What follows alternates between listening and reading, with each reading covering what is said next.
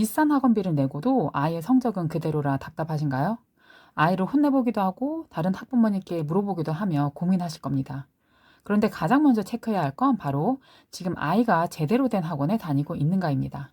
만약 이런 학원을 다니고 있다면 아이의 성적뿐만 아니라 인생까지도 낭비하게 되는 겁니다. 오늘 제가 걸러야 하는 학원 유형 5가지를 알려드리겠습니다. 이 영상 하나만으로 학원을 보는 눈이 180도 달라질 겁니다. 첫 번째는 관리가 안 되는 학원입니다. 학원들마다 아이들 한 명씩 잘 관리한다고 홍보를 하지만 현장에서는 잘 되는 경우가 많지 않습니다. 예를 들어서 학원에서 단어, 문법 등의 시험에 통과를 못하면 재시험을 봐서 공부를 시킨다고 합니다. 하지만 아이가 정확하게 이해하는 것을 확인하기보다는 그냥 시험 통과를 위한 암기를 시키는 경우가 많습니다. 그리고 결석했을 때 보충을 다 해주니까 걱정하지 말라고 합니다.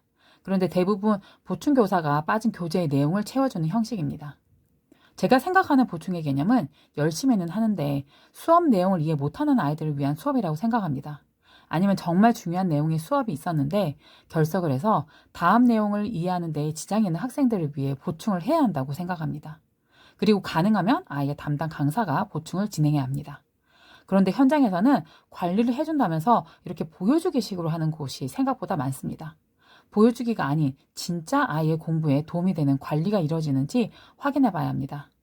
만약 아이가 보충을 했다면 어떤 내용으로 이루어졌는지 한 번쯤은 확인을 꼭 해보시기 바랍니다.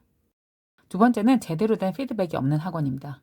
보통 시스템이 잘 갖춰진 학원은 한 달에 한 번씩 시험을 보고 시험 성적과 아이의 공부 진행이나 수업 태도 등에 대해서 성적표를 발송합니다. 그리고 한 달에 한 번 정도 상담 전화를 하게 됩니다. 그런데 이렇게 정기적인 피드백이 이루어지지 않는 학원도 있습니다. 아니면 피드백이 이루어지더라도 정확한 점수를 알 수 없거나 그냥 잘하고 있다라는 말만 하는 학원도 많습니다. 학원에서 상담 전화 받을 때 너무 형식적이라고 느껴진 적 없으신가요? 아니면 아이의 정확한 실력을 알고 싶은데 그냥 잘한다는 얘기만 들은 적 있으시죠? 요즘에는 아이에게 부정적인 이야기를 하면 학부모님들께서 컴플레인을 하는 경우가 잦아져서 학원 내부에서도 가능하면 좋은 얘기를 하도록 지시합니다. 그래서 강사도 정확한 피드백을 드리기가 어려울 때가 있습니다. 그러니 다음 상담 때는 진짜 궁금했던 부분에 대해서 한번 구체적으로 질문을 해보세요. 그 질문에 원하는 대답을 해주는 곳이 진짜 아이에게 관심을 갖고 있는 학원이라고 생각하시면 됩니다. 세 번째는 선행학습을 강조하는 학원입니다. 학원에서 처음 상담받으면 레벨 테스트를 보게 됩니다. 이때 고등부 교재를 보여주면서 이런 교재를 가르치고 있으니 아이들의 실력이 좋을 수밖에 없다고 말하는 학원은 절대로 가시면 안 됩니다. 어려운 문법, 독해를 공부해야 아이의 영어 실력이 좋아진다고 생각하시는 학부모님들이 많습니다. 하지만 탄탄한 기초 없이 어려운 내용만 공부하면 결국에는 모래성처럼 다 무너져 버리고 맙니다. 영어는 기초가 무엇보다도 중요합니다. 아이의 실력에 맞는 교재를 선택해서 올바르게 공부하는 게 정말 중요합니다. 아무리 좋은 교재라도 아이의 이해도가 맞지 않으면 공부를 하지 않는 것보다 못한 결과를 가져올 수 있습니다. 그러니 무조건 높은 레벨의 교재를 내세우는 학원을 피하시고 만약에 아이가 영어 수업이 계속 어렵다고 한다면 꼭 교재의 난이도를 확인해 보세요. 네 번째는 숙제만 잔뜩 내주는 학원입니다. 학원 중에 소위 빡센 학원이 있습니다. 단어 시험도 기본 60개, 80개씩 보고 숙제도 엄청 많이 내준다고 홍보합니다. 그리고 이렇게 숙제를 많이 내줘야 아이들이 공부를 한다고 설명합니다. 그런데 단어 시험 수십 개씩 보는 아이들의 단어 이해도가 좋을까요? 이렇게 단시간에 시험을 보기 위해서 단순 암기로 공부하는 단어는 장기 기억으로 가기 어렵습니다. 왜냐하면 단어는 단순 암기보다는 문장 내에서 많이 접해보고 해석을 해봐야 이해도가 올라갑니다. 영어에서 어휘가 중요하기는 하지만 무작정 단어만 많이 암기하는 것이 올바른 방법은 아닙니다. 그리고 이런 환경에 적응을 못한 아이들은 영어를 싫어할 수밖에 없고 자신의 실력을 탓하게 됩니다. 게다가 이런 학원들은 학원에서는 숙제도 많이 내주고 정말 최선을 다하는데 아이가 못 따라오는 거라고 책임을 회피하는 경우도 있습니다. 숙제를 많이 내주는 것보다는 아이들의 실력에 도움이 되는 숙제를 내줘야 합니다.